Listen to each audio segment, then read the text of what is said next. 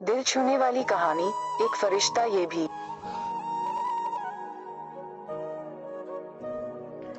एक फरिश्ता ये भी।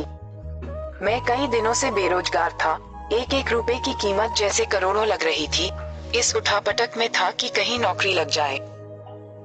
आज एक इंटरव्यू था, पर दूसरे शहर जाने के लिए जेब में सिर्फ 10 रुपए थे। मुझे कम से कम 200 रुपयों की जरूरत थी। अपने इकलौते इंटरव्यू वाले कपड़े रात में धो, पड़ोसी की प्रेस मांग के तैयार कर पहन, अपनी योग्यताओं की मोटी फाइल बगल में दबाकर 2 बिस्कुट खा के निकला। लिफ्ट ले, पैदल जैसे तैसे चिलचिलाती धूप में तरबतर। बस इस उम्मीद में स्टैंड पर पहुंचा कि शायद कोई पहचान वाला मिल जाए, जिससे सहायता लेकर इंटरव्यू के स्थान तक पहुंच सकूं। काफी देर खड़े रहने के बाद भी कोई नहीं दिखा। मन में घबराहट और मायूसी थी। क्या करूंगा, अब कैसे पहुंचूंगा? पास के मंदिर पर जा पहुंचा, दर्शन कर सीढ़ियों पर बैठा था। मेरे पास में ही एक फकीर बैठा था। उसके कटोरे में मेरी जेब और बैंक अकाउंट से भी ज्यादा पैसे पड़े थे। विस्मयादिबोधक चिन्ह, विस्मयादिबोधक चिन्ह। मेरी नजरें और हालात समझ के बोला, कुछ मदद चाहिए क्या? मैं बनावटी मुस्कुराहट के साथ बोला, आप क्या मदद करोगे?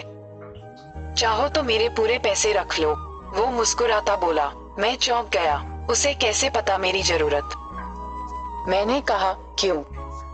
शायद आपको जरूरत है, वो गंभीरता से बोला। हाँ है तो, पर तुम्हारा क्या? तुम तो दिन भर मांग के कमाते हो। मैंने उसका पक्ष रखते हुए कहा। वो हंसता हुआ बोला, मैं नहीं मांगता साहब, लोग डाल जाते हैं मेरे कटोरे में, पुण्य कमाने के लिए। मैं तो फकीर हूँ, मुझे इनका कोई मोह नहीं। मुझे सिर्फ भूख लगती है, वो भी एक टाइम, और कुछ दवाइयाँ। बस मैं तो खुद ये सारे पैसे मंदिर की पेटी में डाल देता हूँ। वो सहज था कहते कहते। मैंने हैरानी से पूछा, फिर यहाँ बैठते क्यों हो? जरूरतमंदों की मदद करने। विस्मयादिबोधक चिन्ह, विस्मयादिबोधक चिन्ह, उद्धरण चिन्ह। कहते हुए वो मंद मंद मुस्कुरा रहा था। मैं उसका मुंह देखता रह गया। उसने 200 रुपये मेरे हाथ पर रख दिए और बोला, जब हो तब लौटा देना। मैं उसका शुक्रिया जताता हुआ वहां से अपने गंतव्य तक पहुंचा। मेरा इंटरव्यू हुआ और सिलेक्शन भी। मैं खुशी खुशी वापस आया। सोचा उस फकीर को धन्यवाद दे दूं। मैं मंदिर पहुंचा, बाहर सीढ़ियों पर भीड़ लगी थी। मैं घुस के अंदर पहुंचा, देखा वही फकीर मरा पड़ा था। मैं भौचक्का रह गया। मैंने दूसरे से पूछा, ये कैसे हुआ? पता चला वो किसी बीमारी से परेशान था, सिर्फ दवाइयों पर जिंदा था। आज उसके पास दवाइयाँ नहीं थी और न उन्हें खरीदने के पैसे। मैं अवाक सा उस फकीर को देख रहा था। अपनी दवाइयों के पैसे वो मुझे दे गया था।